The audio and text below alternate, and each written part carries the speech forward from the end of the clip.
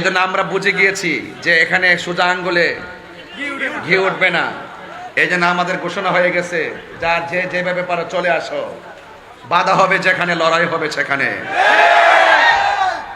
আমরা আজকে জানিয়ে দিয়েছি, আজকে আমাদের আকাবেরগণ, তরুণ যোদ্ধাগণ জানিয়ে দিয়েছে, আপামর সুন্নি জনতা জানিয়ে দিয়েছে যে খালের মধ্যে বাদ দেওয়া যায়, নালার মধ্যে বাদ দেওয়া যায়, নদীর মধ্যে বাদ দেওয়া যায়, কিন্তু মহাসাগরে বাদ দেওয়া যায় না। এই দেশে শতকরা 85% হলো তরিকাপন্থী। আমরা বারবার বলি যে যারাই ক্ষমতায় আসে, আমাদের তরিকাপন্থীদের ভোটেই কিন্তু তারা ক্ষমতায় আসে, কিন্তু আমরা তরিকাপন্থীরা বারবার অবহেলার পাত্র হয়েছি। এখন আমরা ঘুরে দাঁড়িয়ে গেছি, আমাদের সিদ্ধান্ত আমরাই নিব। কথা বলেন ঠিক কিনা বলেন? এই জন্য আমরা আজকে বুঝিয়ে দিয়েছি যে মহাসাগরে বাদ দেওয়া যায় না। আহলে সুন্নাত ওয়াল জামাত থেকে মহাসাগর প্রেমের সাগরের নাম। এই জন্য আপনারা যারা আজকে অক্লান্ত পরিশ্রম করে, ফিলিস্তিনের সমর্থন জানিয়ে ইসরায়েলের আগ্রাসনের বিরুদ্ধে প্রতিবাদ করেছেন, এবং যারা ঢাকার রাজপথকে ইয়া রাসূলুল্লাহ ধ্বনিতে কাঁপিয়ে দিয়েছেন, ইনশাআল্লাহ পরিষ্কার আগামীতে শুধু কর্মসূচি ঘোষণা হবে, কোনো অনুমতির প্রয়োজন হবে না। যেখানে কর্মসূচি ঘোষণা হবে সেখানে সরাসরি মহাসমাবেশ হবে। অনুমতির ধন্না আর সুন্নিরা ধরবে না। কথা বলেন ঠিক কিনা? কথা পরিষ্কার। কথা কি? এই বাঁশখালীর মানুষ, চট্টগ্রামের মানুষ, কথা কি? আর অনুমতির প্রয়োজন হবে না, শুধু মেসেজ দিবে, চলে যাবেন। কথা বলেন ঠিক কিনা?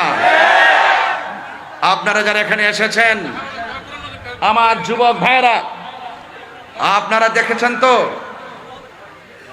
ঘুরে দাঁড়িয়ে গেলে সব শেষ হয়ে যায়।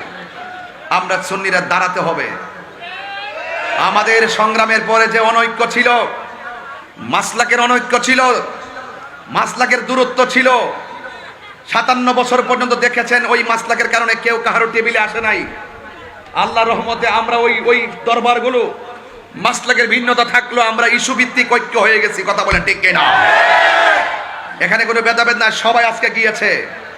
যেই সমস্ত পীর মাশায়েখদের দরবার আমি যেতে পেরেছি, আমরা যেতে পেরেছি, এমন কিছু দরবার আছে আমরা সময়ের অভাবে যেতেও পারি নাই। আজকে আমরা দেখেছি ওই সমস্ত দরবারগুলো দাওয়াতের অপেক্ষা করে নাই। তারা মুরিদান নিয়ে, ভক্তবৃন্দ নিয়ে, আজকে শুধুমাত্র সরোয়ার্দী উদ্যান নয়, গোলাপবাগ নয়, আজকে শুধুমাত্র প্রেস ক্লাব নয়, সারা ঢাকা শহর সোহরাওয়ার্দী উদ্যানে পরিণত হয়েছে। কথা বলেন ঠিক কিনা?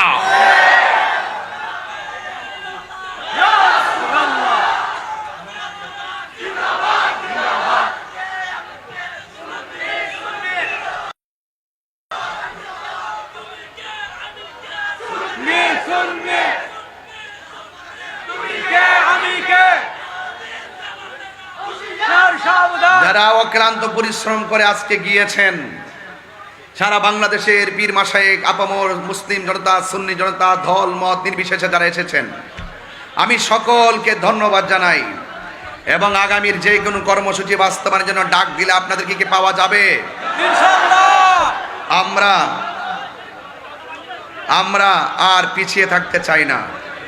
আমাদের অধিকার আমরা আদায় করে নেব ইনশাআল্লাহ। এই জন্য কোন সুন্নি এককভাবে গোপনে সিদ্ধান্ত নেবেন না। সারা বাংলাদেশের আকাবেরগণ সিদ্ধান্ত দিবে এই তৃণমূল সুন্নিরা কোন দিকে যাবে। কথা বলেন ঠিক কিনা? এই জন্য এই দেশ আউলিয়া কেরামের দেশ, এই দেশ বাবা শাহজালালের দেশ। 360 আউলিয়ার পদতলিতে সিলেট ধন্য, 12 আউলিয়ার পদতলিতে চট্টগ্রাম ধন্য। কথা বলেন ঠিক না ঠিক? এই জন্য আপনারা সবাইকে এক আছেন। কারা কারা ঐক্যবদ্ধ থাকতে চান, 2 হাত তুলে দেখাবেন ইনশাআল্লাহ।